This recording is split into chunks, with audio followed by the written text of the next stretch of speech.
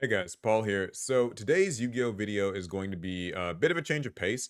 I actually wanted to talk about something that I get asked a lot in DMs and comments around our Yu-Gi-Oh videos on the main Team APS channel, and that's why is it that we focus so much on old school product or sealed product or just like casual sort of duels and decks as opposed to playing more modern competitive Yu-Gi-Oh decks, like our real life stuff, right? So it's something that I've technically addressed a fair bit in the past, but since I always get asked about it anyway, I felt like I could talk about it a little bit more, maybe provide some additional insight and clarity, and also just get people's opinions on like what type of Yu-Gi-Oh they prefer to play or watch themselves. So I will preface this video by saying that I am not going to be like comparing modern and classic Yu-Gi-Oh or whatever in like a negative way. Like this is strictly from a kind of content creator video making perspective. It's not a way of like bashing one or the other, so just keep that in mind. All right, so this can basically be distilled down into like two, maybe like three simple reasons why we prefer to kind of use like classic stuff like that. The first one is that these videos are more appealing to more people in general. The second is that they are easier to film, like and just create a video out of. So I guess I'll break down the first thing. So obviously, a lot of people remember Yu-Gi-Oh from the anime, the TV show, something when they were younger, and their memories typically will involve evoking like a blue eyes white dragon, dark magician sort of vibe. I totally understand that that's not everybody, but a lot of people do remember Legend of Blue Eyes, Spell Ruler, Pharaoh Servant, Metal Raiders, the old school packs, maybe Chaos Emperor Dragon, maybe some of the early GX stuff, Elemental Heroes, and things like that. The anime, the old school cards, the playground Yu Gi Oh! That is what a lot of people think of Yu Gi Oh! And so, as a YouTuber, I obviously want to, pull as many people in, draw as many people in as I can, make the videos really accessible in that way. So that's why we'll typically go for playing like old school starter and structure decks or old school sets, older character themed strategies and things like that. Because it's just a little bit more broadly appealing for people. And so that usually can get more views than playing, conversely, a modern Yu Gi Oh deck. So the thing with modern Yu-Gi-Oh decks is that while they are really exciting to the really core group of people who are like currently playing the modern competitive TCG, they typically aren't really on the radar of anybody that's sort of outside of that. There are a lot of people who quit Yu-Gi-Oh, 5, 10 years ago who just don't really recognize like Snake Eye and what that is or what it does or Voiceless Voice and how that really functions or operates. So if you're not really like in the know about that stuff, then those decks or videos about like those decks and strategies won't really stick out to you. Also, the modern Yu-Gi-Oh game moves really quickly. Not actually talking about like the games themselves, those obviously do too. I'll get into that a little bit more later. But really more so just that the metagame and the product release cycle and the relevant decks move really fast. So if I was to make a, Snake Eye versus Voiceless Voice duel, right? It's like me versus Trell and we're playing, really competitively. That might be appealing, temporarily to the kind of competitive crowd. But really, I think that it would be sort of the shelf life ends the moment that Snake Eye gets hit, or really even just the moment that the next ban list happens, regardless of what kind of goes on. Because modern Yu-Gi-Oh duels and decks are really very time locked to the period that like you recorded them in, and after that, the decks change, the meta evolves, and decks, new products come out, ban lists happen, and suddenly a duel like that just is not really, it's not alive anymore. It doesn't really have a very long tail in terms of getting views. And again, as a YouTuber, the big goal is to kind of get views, create like viewership and growth, and like people kind of seeing it and all that stuff. So that's not a knock against modern Yu-Gi-Oh. It doesn't mean that like if you play modern Yu-Gi-Oh that you're unworthy of having videos made for you at all, because there are plenty of channels that do, in my opinion, a way better job of showcasing like grinding like just with modern decks and competitive stuff like that. But for me, that's just not really the target audience that I really have in mind, and I don't think the videos last long enough for my liking. Another thing too is that with old school videos, obviously they move at a different pace and cadence, and so I think for watchability that's a huge deal. When you are playing with sort of a new Yu-Gi-Oh deck, there's a lot to explain, so that kind of gets into the whole like easier for us to make thing. We like to in our videos try to like explain when a card is played, like I activate this or I normal summon this, you know declare the card aloud, kind of briefly try to explain what it does, make the video easy for people to follow. I know a lot of people who play Yu-Gi-Oh all the time don't really see this as a big deal. They kind of know what everything does. They can like zip through it in their head. But for many people who are just stumbling onto videos like this, they don't always know what every card does and what every strategy is seeking to do. So if we can kind of break it down in a way that's like simple and easy to parse and like have the cards show up on screen, then that just then makes the video easier to watch. So with modern Yu-Gi-Oh, right, the average combo goes pretty fast, or at least goes pretty long, right? Like if I was playing Snake Eye, I hate to keep making that example, but if I went like normal summon Ash, then I got Poplar, and then I special Poplar, and then I search this, and I use original sinful spoils, and I get this, and then Divine Temple, and I tribute these off and make Flamberg, and then I start linking. The turn goes for a long time, which obviously turns off a lot of people about modern Yu-Gi-Oh! But also, if I was to try to really explain each of those steps, because that is a tenet that I really try to stick to, it gets really wordy and really verbose. Um, so that's kind of why I prefer the old school decks and duels, because turns are a lot shorter. Typically, two or maybe three cards get played. The cards have simple, or in some cases, no effects. And it's just really easy to talk about them. It's also a little bit harder to misplay when you're playing with old school cards. The cards have much simpler effects, and don't get me wrong, we still like make a load of fuck ups in all of our duels. People will not ever like there will never be a shortage of misplays to point out in the comments, and people are always on that.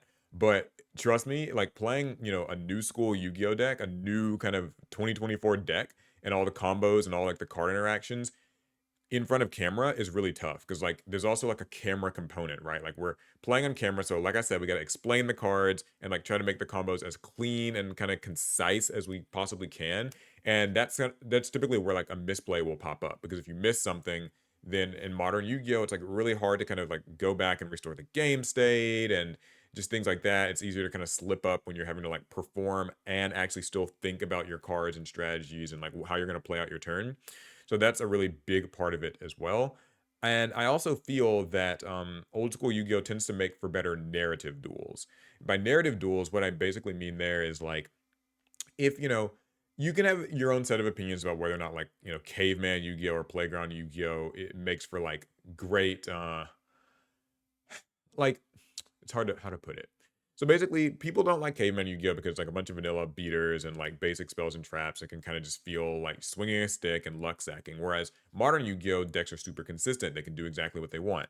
But conversely, with a modern Yu-Gi-Oh deck, if you go first, win the dice roll, and kind of make the ideal end board, then your opponent might not really get to play. And so if they don't get to play, then it kind of feels anticlimactic. Player A took a really long time making this really long board that they sit here and explain and set every little step and search and link summon and whatever. And then player B goes and everything kind of just gets negated, and that's game one, and that's like the video. And that to me doesn't feel really very fulfilling and fun to watch. I know that for a lot of modern players, though, that's kind of what they expect. That's how Yu-Gi-Oh works.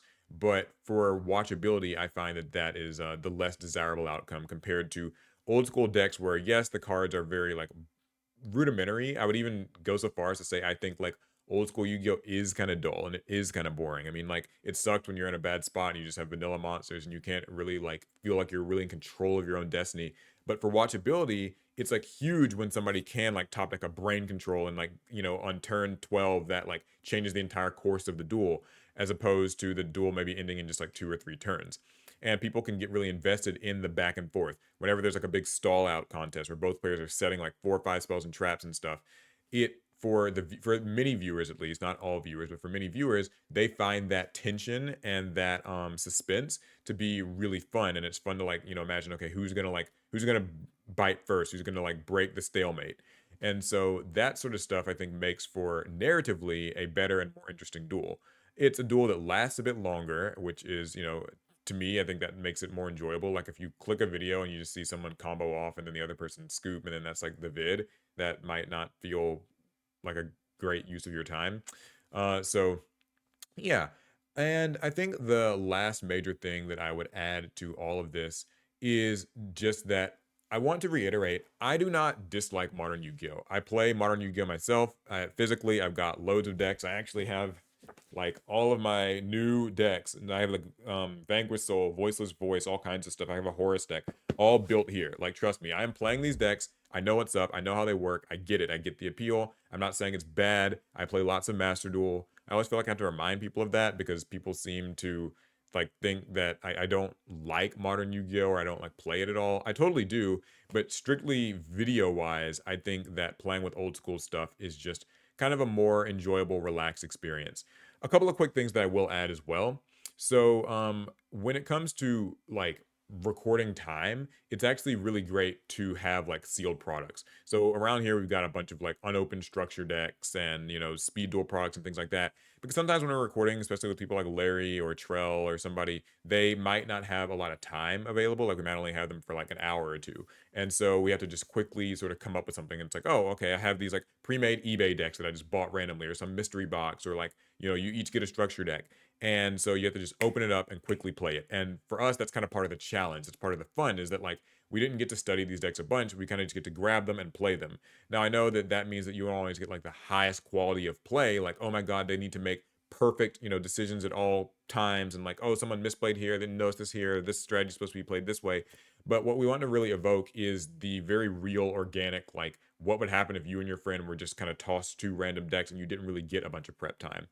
Prep time is not always something that we just have the luxury of doing. So it's unfortunate, but it's how it is. I will say I want to give a shout out to the channels that are able to make, high quality dual content. I think that, super competitive, well played Yu-Gi-Oh is a really fun thing to watch. I like tuning into the YCS events and seeing like, the top cut, especially like those duels are fun for me because it's like, man, these people are really on top of it. Like, everything's airtight and there's just like sharks in the water, looking for every mistake that their opponent makes and really trying to be optimal. But for us, we just kind of want to show some people playing Yu-Gi-Oh, dueling, and having a little bit of fun. So yeah, that's pretty much it. Hopefully you guys maybe understood this. This sheds some light on the topic. I totally understand why it might seem, like a bit of a letdown. Like I want to see you guys' real decks, but it would be a lot harder for us to record that because we wouldn't be able to be as lively, we wouldn't be able to explain the cards. We would just sort of be like putting stuff on the mat and like hyper focused and zoned in. And I don't think that, that would make for a very good video. We've tried it some in the past, and sometimes it's gotten like at best mixed results. But yeah, that's pretty much the explanation around it. I'm sorry if it's not necessarily an explanation that you entirely agree with, but I would like to hear people's thoughts on all of this in the comments. And I would actually challenge people to maybe try to make, real life Yu-Gi-Oh! Duel videos with a friend. Get the camera set up and try to challenge yourself to really like explain the cards aloud and like, talk about them and kind of be in character, keep up energy while also still like playing the deck perfectly and not really making any mistakes. Hindsight's obviously 2020. A lot of people love to, armchair backseat duel and be like, oh, you could have done this and could have done this, and you guys don't know anything about what you're doing. But trust me, it's like harder than you think when you have to actually make it for the camera. So that's sort of why I have gravitated more towards the old school sort of sealed product and stuff like that. Basically, just to repeat it one more time, that stuff's generally a little bit more appealing and it's also easier to film. Okay, I've gone on a little bit longer than I wanted to, so hopefully you guys get the gist. I will be reading and responding to comments as per usual. Without further ado, I'll see you guys in the next one. Fast turn.